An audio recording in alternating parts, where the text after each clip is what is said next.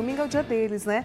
É o dia dos pais. E aí a gente pensa, o que é ser pai? O quanto envolve essa condição na vida? Ser pai pelo exemplo, pelas palavras, pelos gestos de afeto, ser colo e proteção. E tão perto da data, eu estou recebendo aqui hoje o psicólogo Leonardo Abrão para a gente poder conversar a respeito disso, né? Léo, obrigada por aceitar o desafio, viu? De conversar comigo vamos falar sobre isso. Você é pai. Eu sou padrasto. Padrasto, né? Estou no exercício do que eu chamo de padrastagem. Que é lindo, né? É Sim. muito bonito. A gente vai também desenvolvendo muitas habilidades de amor, de afeto, de paciência, de diálogo. Vai adquirindo sabedoria e experiência. Agora me conta, né? A gente trabalhou alguns tópicos aqui, porque existe o pai no conceito e existe o pai real. É muito distante. Sim, porque a sociedade ela cria ideias, ela cria conceitos, cria tabus também, né? Exatamente. Cria entendimentos. Se nós voltarmos, e tem pesquisas nesse sentido, qualquer pessoa, na verdade, pode ir num Google da vida e pesquisar como que lá nos anos 40, nos anos 50 do século XX, as revistas falavam sobre o papel do pai, o papel da mãe, o papel do homem, o papel da mulher na casa, né? Dentro da família. E sempre colocava aquela ideia de um pai rígido, um pai austero, um pai desafetuoso, um pai que não gerava carinho, um pai que não abraçava, que não mordia, que não participava das brincadeiras, porque essa coisa do afeto, do toque, era da mãe, né? Era o papel da mãe, da mulher. Então a sociedade tem ainda algumas ideias já ultrapassadas sobre esse papel de pai. O papel do pai é só prover, o papel do pai é trabalhar e gerar a sustentação financeira, mas isso é passado. Hoje nós estamos em 2023, nós estamos já em outro tempo e muita coisa mudou, e mudou para melhor e para mais humano, trazendo, por exemplo, a possibilidade deste pai, e não só a possibilidade, a necessidade, Mônica, do pai ser afetuoso, do pai brincar, do pai encostar, do pai dar carinho e compartilhar as responsabilidades materiais com a mulher que também está aí contribuindo para a sustentação da casa. Porque você substitui, como você disse lá no passado, era um medo, era um receio pela segurança, pela confiança e por poder erguer os braços e abraçar esse pai sem medo, né? Olha, quando eu estou aqui como psicólogo falando sobre, né, a importância, o papel, né, da figura paterna ou de quem desenvolve a função paterna, porque às vezes é o desenvolvimento da função, né, paterna. No consultório dos psicólogos, sempre, eu não vou dizer sempre, mas 99,99% das vezes, a minha relação com meu pai, a minha relação com a minha mãe, o meu pai fez isso, meu pai fez aquilo, dentro da minha família, isso sempre está presente, 99,9% das vezes. As pessoas trazem as suas experiências originais, né? Quando era criança, algumas conseguem lembrar, assim, com coisas de 2 anos, 3 anos, 4 anos, e a figura do pai está sempre ali. Né? Ou a ausência, né? Ou a pessoa está lembrando da presença, ou a pessoa está lembrando, está marcada pela presença da ausência, né? Essa falta muito grande. Então é muito importante que a gente faça isso, converse o tempo inteiro, fora inclusive do Dia dos Pais, sobre esse assunto. Como é que essas pessoas que geram outras, né? E aí o pai está, né, nessa função também, e essas pessoas que cuidam de outras, a função cuidadora, como é que elas podem contribuir para que as crianças e depois os adolescentes virem adultos saudáveis, né? E idosos saudáveis, porque começa lá embaixo, chega lá em cima, no desenvolvimento de uma vida com mais saúde mental. Nessa ausência, né, tão presente que você falou, às vezes o pai, existem ali conflitos que geram essa ausência, existe por parte dele também, não sei os casos que você percebe, uma insegurança. Acontece isso também, porque às vezes ele quer, mas não tem porta aberta. Os assuntos se sobrepõem, né? As questões e os tabus e as desinformações, né, se sobrepõem. Então a gente está falando do Dia dos Pais, a gente está falando da figura paterna, isso remete ao papel do homem e aí a gente tem que falar em machismo. Aí a gente tem que falar em masculinidade tóxica. Entendi.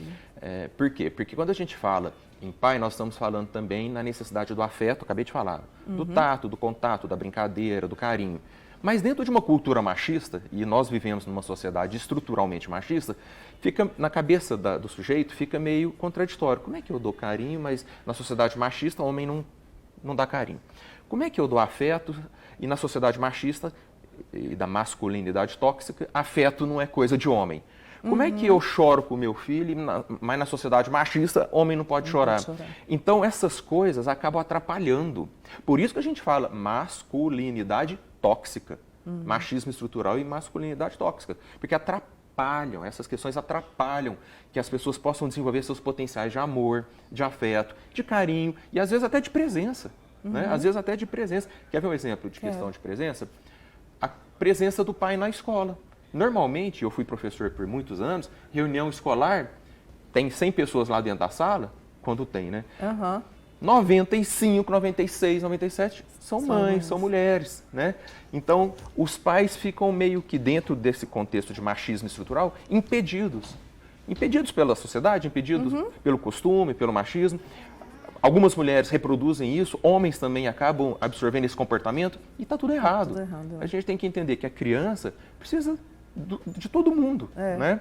E precisa do afeto e do tato, do contato, do amor de todo mundo. Então, gente, isso tem muito a ver. Paternidade consciente, paternidade responsável, paternidade afetiva, paternidade com apego precisa do combate ao machismo. Exatamente. E assim, a gente vem para a vida sem saber muita coisa. Então, não se nasce pai, né? É um exercício diário dessa paternidade. Na verdade, não se nasce nada. Nada, né? A gente vai desenvolvendo, vai aprendendo com os modelos sociais, por isso que eu estou falando de sociedade. Não tem como falar em comportamento humano sem falar em laços e traços e relações sociais moldando as pessoas. Então a gente nasce sabendo nada e vamos aprendendo. E aprendendo, quando dá certo, com alguém que nos ensina, né?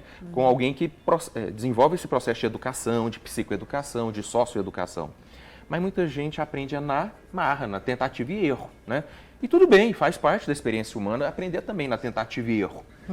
Você que está assistindo a gente, está aprendendo a ser pai, ou como eu, aprendendo a ser padrasto, né? Estamos aprendendo. Vamos ter consciência de que nós não nascemos prontos, estamos experimentando, estamos descobrindo, muitas vezes acertando, muitas vezes errando, mas é da vida. Sem o erro não se gera oportunidade do arrependimento, do olhar para dentro, do perdão e do auto-perdão, do diálogo, né? Pedir desculpa às vezes. Eu já tive que fazer isso. Eu já tive que falar assim, errei, desculpa, estou aprendendo, né? E é tão bom, né? Às vezes, na sociedade machista, o cara fala, não vou pedir desculpa, não posso, nem isso ajuda. É fraqueza, nem ajuda. Né? Não vou atrás de suporte, e às vezes pode até atrás de um psicólogo, né? Por que não? Para obter ajuda. O nosso tempo está terminando, eu gostaria muito da sua experiência, né? Você abrindo seu coração, falando que está nessa vivência tão boa de ser padrasto. Qual uma experiência marcante nesse processo que você traz para os nossos amigos e amigas? No caso específico de ser padrasto, entrar na vida, né, de alguém precisa ter paciência. Eu já tive muita paciência, mas já aconteceu também de eu perder a paciência. E essa questão é recíproca, do lado de lá também. Então, repetindo, estamos aprendendo. Qual é a saída, Mônica, para as relações humanas, quaisquer que sejam elas? O diálogo. O diálogo. O diálogo, entendeu? Entendi. E a consciência de que estamos aprendendo, do lado de cá, do lado de lá também. Então, está entrando na vida de alguém, entenda que essa pessoa também vai sentir estranhamento. E vamos falar sobre isso. E vamos nos esforçar. E quem é o adulto da relação? Sempre lembrar disso. Entendi. Eu sou adulto, ali está a criança, então a maior responsabilidade de lidar com o estranhamento, lidar com a dificuldade é de quem? Do adulto. Do adulto. Exatamente. Adorei essa conversa, por isso pensei em você para ela. Então, muito obrigada, viu, Léo? Um bom fim de semana. Como eu disse, conta sempre comigo. E com a psicologia. E sem dúvida, um feliz dia para você e um abraço na família. Obrigado e para todo mundo. Leonardo Abrão, psicólogo com a gente aqui no Manhã Total. Vou para o intervalo e já volto.